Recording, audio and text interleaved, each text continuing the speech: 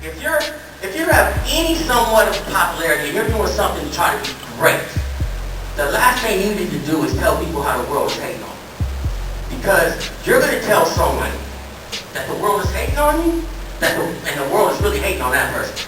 Like, everyone's life in the world, besides that are doing maybe 7% of people doing great things and understand great life. The rest of people think their life sucks.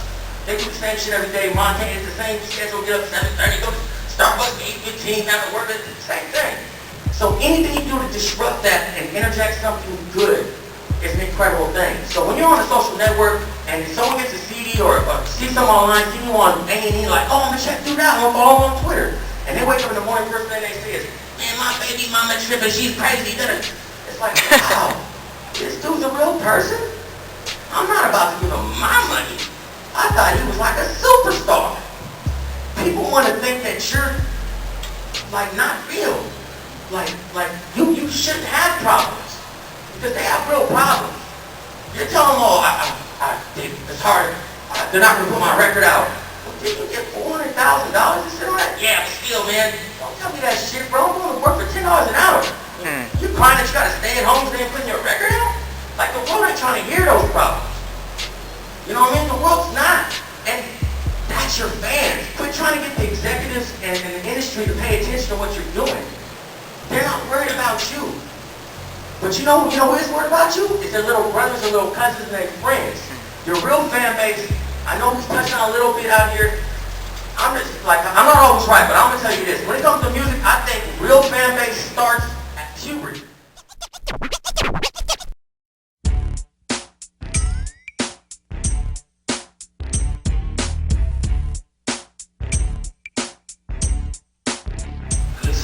Good sound out. So when you putting good sound in, you have to critique it, listen to it, fine tune it, and you really should get professional.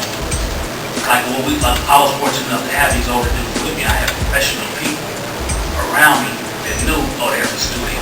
Oh, there's, K. Lou, he got the studio. Oh, one little Indian, he got the studio. Oh, Bobby Ford, he got the. So I knew, even though I was doing beats in my house, and it was cool to me, it didn't really get involved until I actually took those beats and those little chord tracks, those little my ideas, and took them to some professional people, and they helped me polish it up.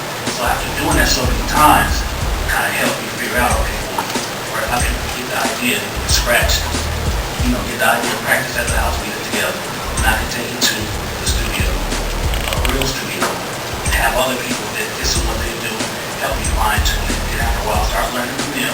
Start solving what they're doing, solve their needs, and after a while, I can just do it myself, it'd be cheap. So you have to seek out professional help. It's going to help you because you're not professional yet per se. You're just doing it, you haven't, accomplished anything out there. You have to, like Bill said, you have to surround yourself with real good people that can help you do what you need to do. Otherwise, you can't make it. Just spinning your wheels. And were these people who were just your friends, or were these people who may not have been in your high school or whatever you call them friends, but there were people that were in your sphere? So I'm trying to get to a point where, because I see a lot of people who know, just because they're friends of people, we're gonna ride with him to the end. Like, dude, no, that's professional over there though. Like, right. Different. Yeah, no, they were. So like I say, something you gotta have in you, in a sense, to it. I'm always feeling like there's something to learn. So I'm like, man, I saw what this dude is doing, what he did. I hear what he's doing. I like what he's doing, and I know I can learn something from him. So I didn't know these people. I didn't know Sam, nothing. I didn't go to school with Sam, or I just happened to go to the studio and I'm trying to be a producer. So I'm asking, I'm like, you know what? Yeah, I need to, that very thing live song, whatever. How did they do this? I'm asking questions.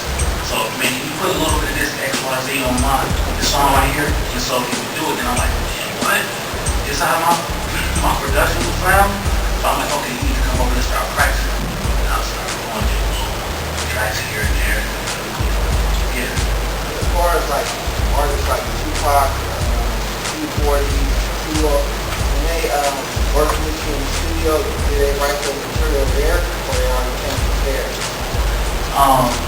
Tupac always wrote his on the spot in 5 to 10 minutes. Every time.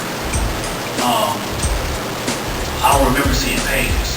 Sibo, he would have pages and pages, and he would write stuff right there, and then he would refer to a few pages, and he would cut and paste a lot of his stuff. E40 is a 12-hour session. His Carlos Rossi, he laying on the floor. It's like he writes it there on the spot, but it's like a show.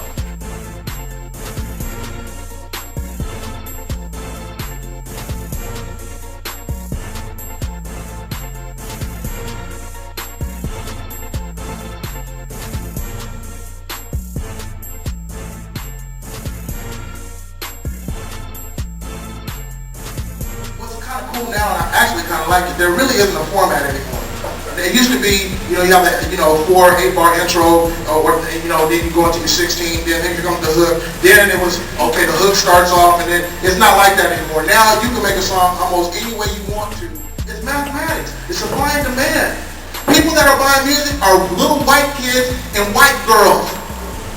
There's only, they can't relate to you taking a 45 and walking in a liquor store and emptying the cash register. They just scaring the hell out of them. I'm keeping it real.